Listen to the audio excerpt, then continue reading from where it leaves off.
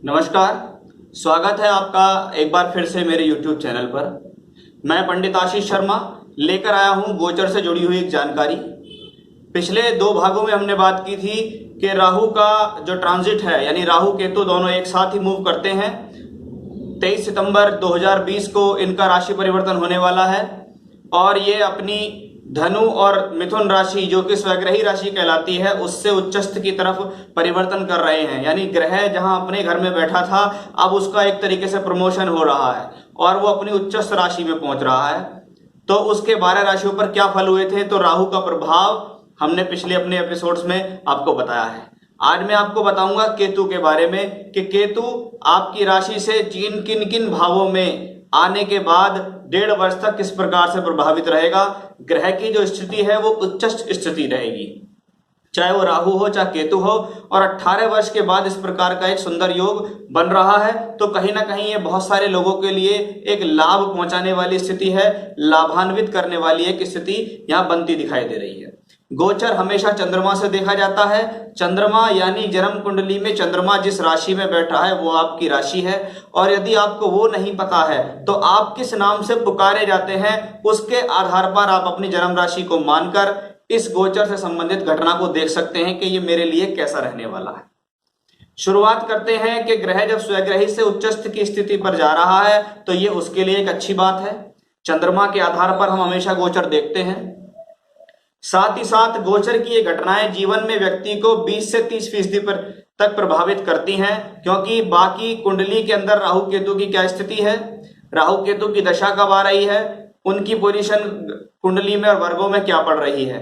लेकिन ये गोचर है, ये ब्रह्मांड में चल रहा है और कुंडली के अंदर जो ग्रह है वो गोचर का वो स्क्रीनशॉट है जिस दिन आप पैदा हुए थे। तो जब वो ग्रह मूव करेगा तो आपको कोई ना कोई प्रॉब्लम्स तो देगा, अच्छाई भी दे सकता है, बुराई भी दे सकता है। आज के वीडियो में हम बात करने वाले हैं सिर्फ केतु के बारे में कि केतु आपकी राशि से पृथकता पर आएगा तो क्या करेगा। साथ ही साथ आपको यह भी देखना होगा कि कुंडली के अंदर केतु किन राशियों में विराजमान है और जिसकी राशि में वो विराजमान है वो राशि कैसा है। यानी अगर केतु मंगल की राशि में विराजमान है तो मंगल की स्थिति कुंडली में क्या है। अगर हम कारकों की बात करते हैं तो केतु एक छुपा हुआ ग्रह है, धोखेबाज है, कपटी है, छुपकर कार्य करता है, सामने नहीं आता। यही स्थिति बीमारियों में भी देखी जाती है कि बीमारी ढूंढने पे नहीं मिल रही है, शरीर के अंदर छुपी हुई है, बहुत बाद में एकदम से आती है। ऐसे लोग यानी जिनके ऊपर केतु का प्रभाव होता है स्वभाव से थोड़े सनकी होते हैं, कपटी होते हैं, धोखेबाज होते हैं, छल कपट कहते हैं। और कुजवत केतु मंगल की तरह एग्रेशन होता है इस केतु के अंदर, यानी आपको तनाव भी दे सकता है, एग्रेशन भी दे सकता है, बीपी हाई भी प्रॉब्लम ये आपको दे सकता है। साथ ही साथ इसके राशि के स्वामी पर भी चीजें डिपेंड करती हैं कि वो क्या करने वाला है। केतु के लिए एक बहुत अच्छी बात शास्त्र में कही गई है कि केतु ध्वज है, झंडा है ये। अगर ये कुंडली में उच्च के ग्रहों के साथ हो और स्वग्रही ग्रहों के साथ बैठ जाए तो उसके कारकत्व में वृद्धि कर देता है। अगर बृहस्पति कुंडली में उच्च है उसके साथ केतु बैठ जाए तो उसके कारकत्व में वृद्धि कर देता है ये ग्रह। ये थोड़ा खोजबीन प्रवृत्ति वाला भी होता है। केतु के व्यवसाय के बारे में बात करें तो ये अनेक भाषाओं का ज्ञान रखने वाला होता है, यानी भाषा के ऊपर, लैंग्वेज के ऊपर, लैंग्वेज कोर्स, भाषा से संबंधित चीजों के ऊपर अच्छा खासा कमांड है। गोपनीय है स्वभाव में तो स्पाई होते हैं, रिसर्च करने वाले होते हैं, जासूस होते हैं, गूढ़ विद्या के जानकार होते हैं। ऐसी स्थितियों में भी केतु का बहुत ज्यादा प्रभाव है। विदेशी भाषा, कंप्यूटर की भाषा, आश्रमों की सेवा करने वाला, मोक्ष से संबंधित कार्य, दान धर्म से संबंधित कार्य में भी ये केतु का इन्वॉल्वमेंट है। साथ ही साथ हार्डवेयर इंजीनियरिंग हो या सॉफ्टवेयर इंजीनियरिंग हो, दोनों में ही केतु का बहुत ज्यादा रोल यहाँ देखा गया है। तो ये तो था केतु का एक कारक और उसके स्वभाव कि किस प्रकार से वो असर करता है। अब मैं शुरुआत करता हूं कि पृथक पृथक राशियों पर इसका क्या प्रभाव पड़ने वाला है। हर व्यक्ति विशेष अपनी राशि से संबंधित कब उसका परिणाम होने वाला है उसका मैंने लिंक डिस्क्रिप्शन में दिया हुआ है, आप देख सकते हैं कि कौन सी राशि का फल कितने समय से कितने समय के बीच है। तो इससे क्या होगा, आप अपना समय बचाएंगे और डायरेक्ट अपनी राशि के बारे में जाकर यहां सुन सकते हैं। तो विषय को और लंबा ना करते हुए सबसे पहले शुरुआत करने वाले हैं हम मेष राशि के बारे में कि मेष राशि से अष्टम में आ रहे हैं केतु। राशि से अष्टम में आने वाला अशुभ ग्रह और केतु जैसा ग्रह आपको हेल्थ इश्यूज दे सकता है, गुल्म पीड़ा दे सकता है, बवासीर से संबंधित रोग दे सकता है, पाइल्स दे सकता है, आपकी तबीयत खराब कर सकता है। साथ ही साथ पैतृक संपत्ति से संबंधित विवाद दे सकता है, ससुराल पक्ष से आपका संबंध खराब कर सकता है। उस लिहाज से ये प्रॉब्लम यहाँ साफ तौर पर दिखाई दे रही है। अष्टम भाव छुपा हुआ एक भाव है, अड़चनों का एक भाव है, यानी आपको आने वाले समय में कोई छुपी हुई बीमारी के संकेत दिखाई देते हैं, छुपी हुई प्रॉब्लम्स के संकेत दिखाई देते हैं, क्योंकि अष्टम भाव एक प्रकार से परेशानियां देने वाला भाव ज्यादा है और उसमें अगर कोई अशुभ ग्रह पहुंच जाए तो वो परेशानियों को बढ़ावा देता है। आपके खिलाफ कोई गोपनीय षड्यंत्र हो सकता है, थोड़ा सा सावधान रहिएगा। पैसे के लेन देन में बहुत ज्यादा सावधान रहना होगा, अपनी वाणी पर आपको कंट्रोल करना होगा। कुटुंब के लोगों से आपके झगड़े झंझट भी संभव है। ऐसा मेष राशि वाले अपने आने वाले 1.5 वर्ष में बहुत ज्यादा ध्यान रखना पड़ेगा, नहीं तो ये केतु आपको बहुत ज्यादा समस्याएं दे सकता है। बात करते हैं वृषभ राशि वालों के लिए। वृषभ राशि के सप्तम में आ रहे हैं केतु। सप्तम भाव स्पाउस का भाव होता है। सप्तम भाव साझेदारी का, पद प्राप्ति का, सामाजिकता का भाव कहलाता है और यही दशम से दशम होने के कारण एक व्यवसायिक स्थान भी कहलाता है। अब केतु जैसा ग्रह सप्तम भाव में हो तो कहीं ना कहीं किसी भारी व्यक्ति विशेष के कारण आपकी साझेदारी में इन्वॉल्वमेंट हो जाएगा। साझेदारी में खटास आ सकती है, पत्नी के साथ संबंधों में खटास आ सकती है। जिन लोगों के विवाह नहीं हो रहे हैं तो विवाह से संबंधित स्थितियां तो ये बेहतर हैं कि आने वाले 1.5 वर्ष के अंदर ये आपका विवाह अवश्य करा देगा, लेकिन आपको अपनी साझेदारी को भी संभालना होगा, साथ ही साथ पत्नी से संबंध को भी संभालना होगा। किसी प्रकार का कोई सामाजिक दाग धब्बा आपके ऊपर ना लग जाए उसके बारे में भी आपको यहाँ सोचना होगा, क्योंकि ये वृश्चिक राशि है, ये स्वभाव में गोपनीयता रखती है। ऐसा हो सकता है कि आपने पिछले समय में कुछ बातें छुपाई हों, लेकिन अब वो बातें जग जाहिर हो जाएंगी, अब वो बातें सामने खुल के आएंगी। अगर आप कोई गलत काम पिछले समय से कर रहे हैं तो वो बातें अब खुलकर सामने आने के बहुत ज्यादा संकेत इस केतु की वजह से दिखाई दे रहे हैं, जिसकी वजह से आपके रिलेशनशिप्स खराब हो सकते हैं। तो थोड़ा आपको इस बारे में बहुत ज्यादा सचेत रहना होगा, नहीं तो आपको आगामी समय में नुकसान हो जाएगा। जहां राहु आपको बहुत अच्छी चीज दे रहे हैं वहीं केतु आपके लिए ये प्रॉब्लम भी क्रिएट कर रहे हैं, इसलिए अपने ऊपर संयम रखिएगा। ऐसा नहीं होगा कि हर बार आप कोई गलत काम करेंगे और आप पकड़े नहीं जाएंगे या आप परेशान नहीं होंगे। निश्चित ये केतु आपको दंडित कर सकता है। बात करते हैं मिथुन राशि वालों के लिए स्थिति कैसी रहेगी। मिथुन से छठे घर में आ रहे हैं केतु। 6th हाउस संघर्ष के लिए जाना जाता है, छठा घर रोग ऋण रिपु के लिए जाना जाता है। और राहु केतु जैसे मैलेफिक्स प्लैनेट्स अगर छठे घर में आते हैं और छठे घर में केतु यहाँ आ रहा है वृश्चिक में, तो देखो हेल्थ इश्यूज तो आपको इस दौरान होंगे, लेकिन इस प्लैनेट के अंदर अच्छी बात ये होगी कि अगर कोई भी हेल्थ इश्यूज आएगा तो वो आप उससे कवर कर जाएंगे, आप उस बीमारी को पहचान जाएंगे, आप उस बीमारी को पकड़ लेंगे कि भाई मुझे ये बीमारी हो रही है, इस वजह से हो रही है, ये इसके अंदर तकलीफ है। यानी ये केतु आपको उस प्रकार से हेल्प करेगा। शत्रु पक्ष के ऊपर आप हावी रहेंगे। लोग बाग ऐसे समय में गोपनीय षड्यंत्र आपके खिलाफ करेंगे, इसमें कोई संदेह नहीं है। उस चीज से भी आपको यहाँ बचना होगा। शत्रुओं पर विजय आप निश्चित प्राप्त करोगे। साथ ही साथ ये स्थिति लोन से संबंधित कार्य, आपको लोन चाहिए, आपको कोई अपना कार्य चलाना है, नया व्यवसाय शुरू करना है, नया बिजनेस शुरू करना है, टूर ट्रैवलिंग से संबंधित कोई काम करना है, एक्सपोर्ट इंपोर्ट से संबंधित कोई काम करना है, तो ये केतु आपको उस कार्य में करा देगा, शत्रुओं को हरा देगा। आप अपनी योजनाओं के द्वारा कारगर साबित होंगे, यानी जो भी योजना आप इस दौरान बनाएंगे उसमें कारगर साबित होंगे। लेकिन ग्रह के स्वभाव में ये है छल और कपट, तो साथ में जो काम कर रहे हैं व्यक्ति उनके ऊपर भी नजर बनानी होगी। नौकर लोग हैं उनके ऊपर अपनी नजर बनानी होगी कि ये कार्य ठीक कर रहे हैं या नहीं, कहीं अंदरूनी रूप से मुझे किसी प्रकार का नुकसान पहुंचाने वाले तो नहीं है, या मेरे शत्रुओं के साथ मिलकर काम करना तो नहीं चाह रहे हैं जो मुझे अंदरूनी रूप से नुकसान पहुंचाएं। इसलिए थोड़ा सा यहाँ आपको सावधान रहना होगा। मैं आपसे यहाँ कहूंगा कि आप लगातार हनुमान जी की पूजा और भगवान गणेश की पूजा लगातार अपने जीवन में रखेंगे तो आपको ये केतु बहुत अच्छे परिणाम निश्चित देगा। बात करते हैं कर्क राशि वालों के बारे में। कर्क राशि से पंचम में आया है केतु। अब आपको ये बहुत ध्यान रखना होगा कि आने वाले समय में आप यदि कोई भी एजुकेशन से संबंधित काम करने जा रहे हैं तो उसमें ध्यान रखिएगा कि ऐसा ना हो कि उस 1.5 वर्ष में आप ऐसी एजुकेशन कर बैठे जिसका भविष्य में कोई इस्तेमाल ना हो, क्योंकि पंचम में जब इस प्रकार के प्लेनेट का पोजीशन आती है तो ये होता है बिना बात की कोई एजुकेशन कर लेना जिसका जीवन में कोई ज्ञान नहीं। साथ ही साथ ये भी देखा गया है कि भाषा से संबंधित एजुकेशन लैंग्वेज से संबंधित एजुकेशन, आपने कोई लैंग्वेज कोर्स सीख लिया या कंप्यूटर से संबंधित कोई लैंग्वेज सीख ली, उसके हिसाब से ये बहुत बढ़िया है। पंचम में जब मेलेफिक प्लैनेट्स हो तो जरूरत से ज्यादा बुद्धि का इस्तेमाल अगर आप करेंगे तो आप अपनी एजुकेशन में भी नुकसान पाएंगे और आप अपने व्यावसायिक संस्थान में भी काफी बड़ी प्रॉब्लम आपके साथ आ जाएगी, क्योंकि ये अगर आपकी राशि से पंचम में है तो कर्म भाव से भी अष्टम में आया है, इसलिए जरूरत से ज्यादा बुद्धि चलाओगे तो नुकसान अवश्य मिल जाएगा। वहीं संतान प्राप्ति के लिए थोड़ी कठिनाई की स्थिति दिख रही है। संतान में गर्भपात होना, संतान का टिक नहीं पाना, सिजेरियन डिलीवरी होना भी इस दौरान आपको यहाँ साफ तौर पे दिखाई दे रहा है। संतान से संबंधित मनमुटाव की स्थिति भी आपके लिए बहुत हद तक संभव दिखाई दे रही है। प्रेम संबंधों को संभाल के चले, नहीं तो नुकसान हो जाएगा। बात करते हैं सिंह राशि वालों के लिए ये गोचर कैसा रहने वाला है। राशि से चौथे घर में अगर अशुभ ग्रह आए तो तनाव देता है, घर के माहौल में प्रॉब्लम देता है, सुख की कमी देता है, सुख का अभाव देने वाला ये ग्रह है।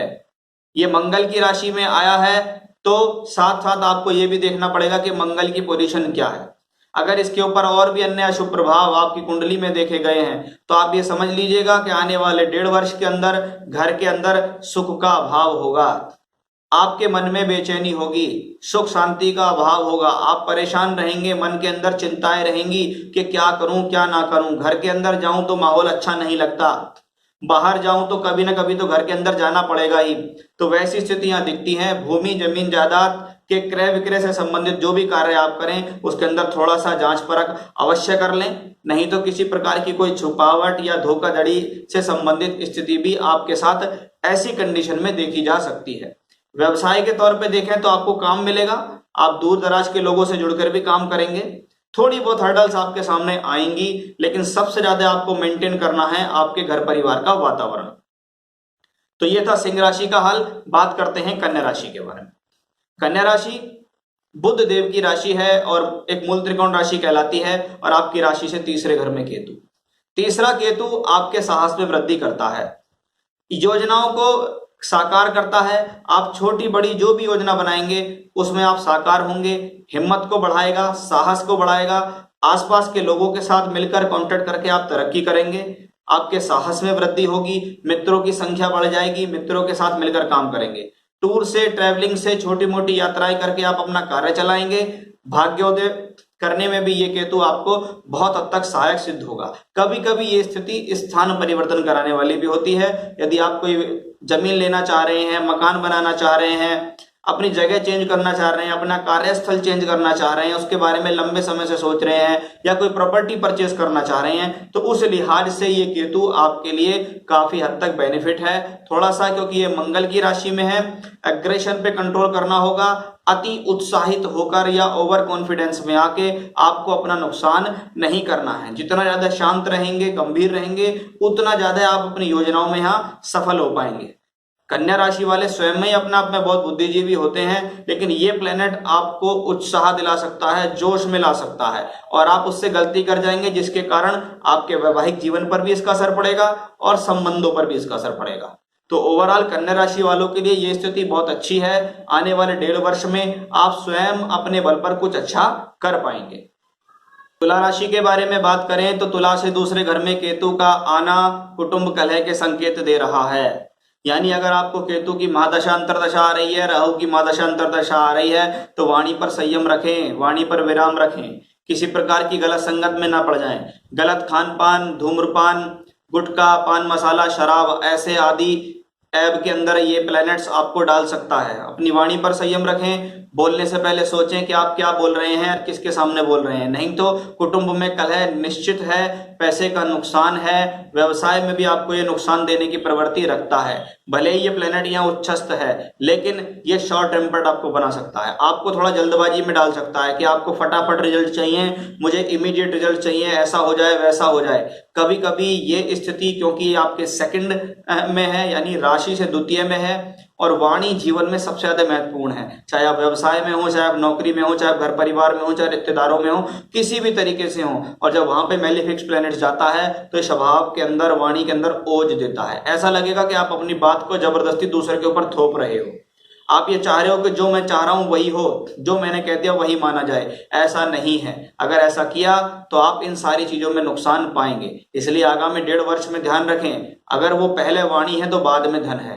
बोलचाल ठीक है तो पैसा आएगा, बोलचाल ठीक नहीं है तो पैसा नहीं आएगा। इसलिए सचेत रहिएगा। बात करते हैं वृश्चिक के बारे में। वृश्चिक राशि में लगन में ही आ रहा है। कहते हैं लगन यानी राशि स्वयं मन मस्तिष्क का कारक होती है, देह काया शरीर का काया कारक होती है। उसके ऊपर इस प्रकार का प्लेनेट आए, अपने ऊपर संयम रखना होगा, क्रोध से बचना होगा, जल्दबाजी से बचना होगा, संयम से काम लेना होगा, अपने अंदर गलत आदत नहीं डालनी है, क्योंकि इस प्रकार की स्थिति आपके मान सम्मान में हानि करा सकती है। आपके खुद के कर्मों के कारण आपको मान सम्मान की हानि का कॉम्बिनेशन यहां बनता दिखाई दे रहा है। इसलिए सबसे पहले एग्रेशन को कंट्रोल करें, जल्दबाजी को कंट्रोल करें। ये प्लेनेट आपको हिम्मत देगा, साहस देगा, कार्य के प्रति बढ़ने के लिए प्रेरणा देगा और बार बार ये चाहेगा कि आप अपने जीवन में तरक्की करें, ऊंचाइयों पर जाएं, बहुत अच्छे आयाम प्राप्त करें। लेकिन हर चीज के पीछे योजना बहुत जरूरी है। अगर योजना नहीं बनेगी तो आपके निर्णय गलत हो जाएंगे और निर्णय गलत होंगे तो आपको ये नुकसान दे देगा। शास्त्र ये कहता है कि राशि में यानी लगन में ही राशि से पहले स्थान पे राहु केतु का जो ट्रांजिट होता है वो अच्छा नहीं माना जाता। ये शरीर को कष्ट दे सकता है, आपको बीमार कर सकता है। तो सब चीजों का आपको इसमें यहां कंट्रोल करना होगा। बात करते हैं धनु के बारे में। धनु राशि से द्वादश में केतु। राशि से द्वादश में केतु का जाना यानी खर्च का बढ़ना। वो खर्च बीमारियों पर भी हो सकता है, अकस्मात खर्च हो सकता है, बिन बुलाए खर्च हो सकते हैं, किसी प्रकार की जिम्मेवारियों का खर्च आपके ऊपर डाल दिया गया है, घर परिवार का खर्च आपके ऊपर डाल दिया, ऐसा भी खर्च हो सकता है। बहुत ज्यादा देखा गया है। ये स्थिति मन में बेचैनी देती है, अनिद्रा से संबंधित स्थिति देती है, नींद का ठीक ना आना, प्रॉपर दिनचर्या ना होना, लाइफ स्टाइल का खराब हो जाना, बीमारियों पर पैसा खर्च है, आय से अधिक खर्चे की स्थितियां ऐसे लोगों को दिखाई दे रही हैं। गोपनीयता, किसी प्रकार की गोपनीय चिंता आपको लगातार खा रही है कि आप उसको शेयर नहीं कर सकते किसी के साथ।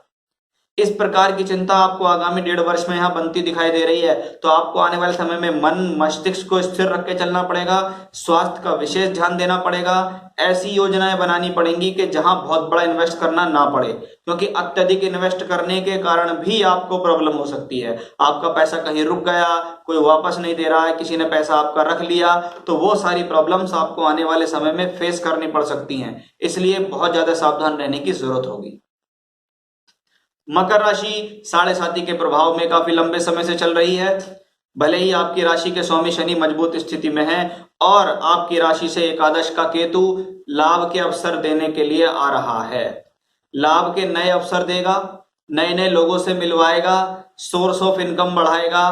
आप अपनी वाणी से पैसा कमाएंगे, आप अपने कार्यस्थल पर मेहनत करके पैसा कमाएंगे, दूर पास के लोगों से जुड़कर पैसा कमाएंगे, यात्राएं करके आप पैसा कमाएंगे। यानी ये सोर्स ऑफ इनकम के हिसाब से देखें तो धन के लिए बहुत अच्छी सिचुएशंस आने वाले समय में आ रही है। किसी प्रकार का गोपनीय धन मिलना, किसी प्रकार का झटके का धन मिल जाना भी ऐसी स्थितियों में देखा गया है, क्योंकि मकर वाले काफी समय से प्रॉब्लम्स में फंस रहे हैं। तो ये केतु आपको एक राहत देने के लिए आ गया है, क्योंकि ये प्लैनेट्स आपकी राशि से एकादश में है। आपकी इच्छाओं को कंट्रोल करेगा। आपको समझ में आएगा कि मैं जीवन में कहाँ गलती कर रहा था, उस गलती से मैं कैसे बचूं, उसका भी ये अपने आप ही आपके सामने निवारण लेकर आ रहा है। तो कुल मिला के मकर वालों के लिए स्थिति बहुत शुभ दिखाई दे रही है।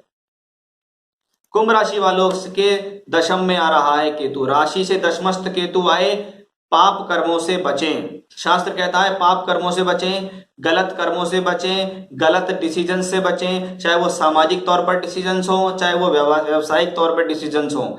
ऐसे समय में व्यक्ति गलत कर्मों के कारण समाज में हानि प्राप्त करता है। राशि से दशम यानी कर्म में अशुभ ग्रहों का आना आपको किसी प्रकार की गलत संगत, पाप संगत में डालकर आपको नुकसान कर सकता है। आपको लगेगा ये मेरे फेवर में है, लेकिन ऐसा भी हो सकता है कि आपकी मेजोरिटी गलत हो जाए। आपको कुछ लोग ऐसे मिल जाएं जिनके साथ आपका गलत कार्य शुरू हो जाए, खान पान है या अन्य किसी प्रकार के व्यसन में आप डल जाएं। आपको पता नहीं लगेगा, धीरे धीरे करके आप उस 1.5 वर्ष के अंदर अपना काफी हानि कर लेंगे। सामाजिक रूप से बहुत ज्यादा हानि हो जाएगी, और जब सामाजिक हानि होगी तो व्यवसायिक हानि भी निश्चित होगी।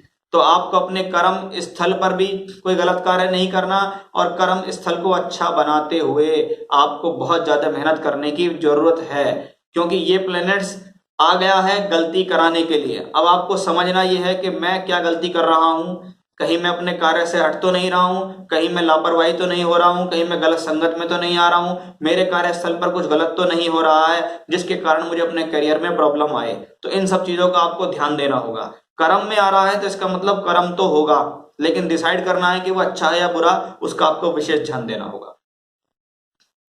बात करते हैं मीन राशि के बारे में। मीन राशि बृहस्पति देव की राशि है।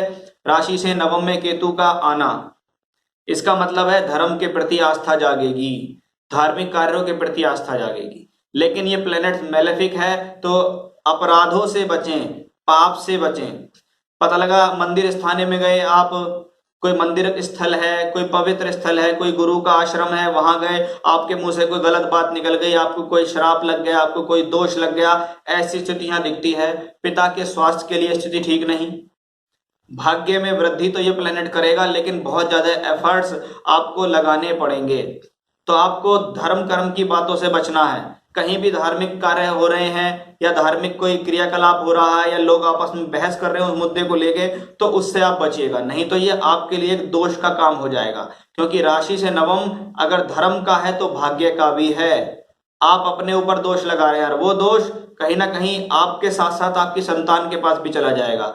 तो टाइम पीरियड तो ये बहुत शॉर्ट है, 1.5 वर्ष का है, लेकिन इसमें आप गलती ना कर लें।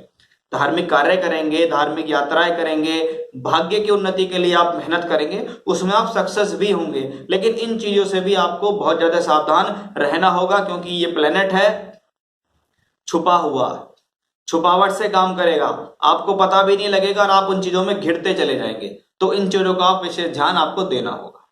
तो ये था केतु का सभी 12 राशियों पर कैसा प्रभाव होने वाला है, उसके बारे में मैंने आज आपसे यहाँ चर्चा की है। राहु और केतु का ट्रांजिट आपके लिए कैसा रहने वाला है, इसका एक पूरा विवरण मैंने आपको यहाँ दिया है।